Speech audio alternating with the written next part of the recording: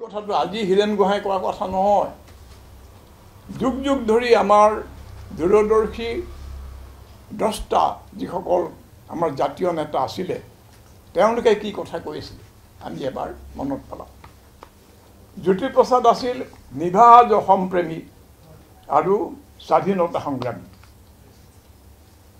তেওঁ কৈছিল মৈমনসিঙীয়াসকল বেছিভাগ মাৰোৱাৰী ব্যৱসায়ীৰ দৰে নহয়। তেওঁলোকে পৰিশ্ৰম কৰি অসমত ঘটা টকা দেশলৈ নপঠায়, অসমতে খটুৱায়। ফলত এচাম ধনী লোভী মাৰোৱাৰী বা হিন্দীভাষী ব্যৱসায়ীৰ দৰে তেওঁলোকে অসমক শোষণ নকৰে। অসমক লুটি-পুটি অসমৰ বাহিৰত টকা পঠিয়াই নিয়ে, য'ত তেওঁলোকে ইণ্ডাষ্ট্ৰী খুলিব, কিবা কৰিব। এইটো জ্যোতিপ্ৰসাদে কোৱা কথা দেই, মই কোৱা নাই। আৰু এই মৈমনসিঙীয়াবিলাকে অসমৰ অৰ্থনীতি জীয়াই ৰখাত সহায় কৰে, কাৰণ তেওঁলোকে তেওঁৰ টকাটো ইয়াতে খৰচ কৰে আৰু ইয়াৰ মানুহে তাৰ পৰা উপকাৰ পাব পাৰে যদি জ্ঞানীৰ দৰে সেইটো ব্যৱহাৰ কৰে।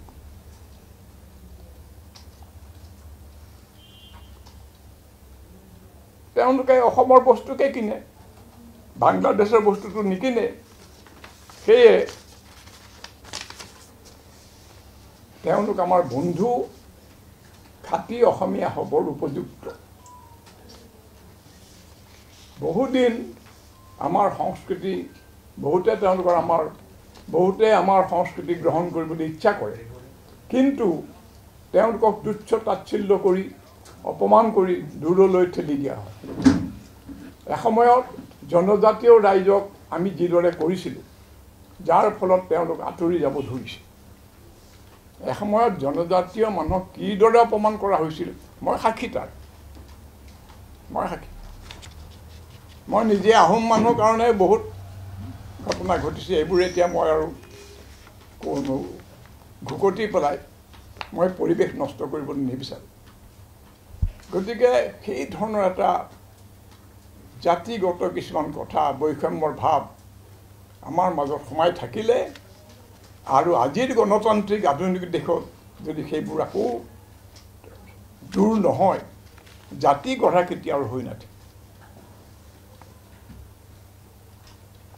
এতিয়া আহোঁ আমি বিষ্ণু ৰাভালৈ। মানে আমি কৰিছোঁ কি, নিজে বহি থকা গছৰ ডালত দাৰে নিজেই কোব দিছোঁ মূৰ্খৰ দৰে। আৰু আমি যিসকল মানুহক আমি বন্ধু ল'ব লাগে, আমি হিংসাৰে তেওঁলোকক দূৰতে বিদূৰ কৰিবলৈ লৈছোঁ। বিষ্ণু ৰাভাই তেনে এষাৰ কথা মৈমনসিঙৰ বিষয়ে কেতিয়াবা কৈছিলনে? তেওঁ কেতিয়াবা কৈছিল নে মৈমনসিং আমাৰ শত্ৰু, তেওঁলোক আমাৰ বিপদ কৰিব? কেতিয়াও কোৱা নাই।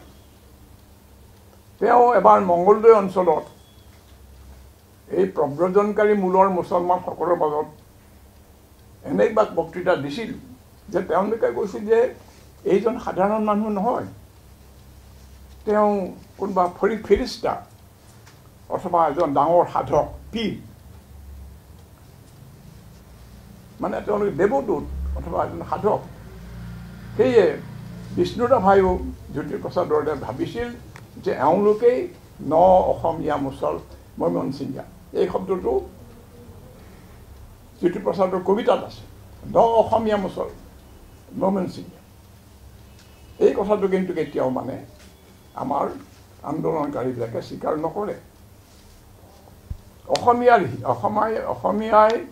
হিয়াৰ আমঠু জ্ঞান কৰা ভূপেন হাজৰিকাই আজিৰ জ্ঞানী মূৰ্খৰ দৰে কোৱা নাছিল যে, যেতিয়া তেওঁ কোৱা নাই যে এইবিলাক আমাৰ মানুহ নহয়।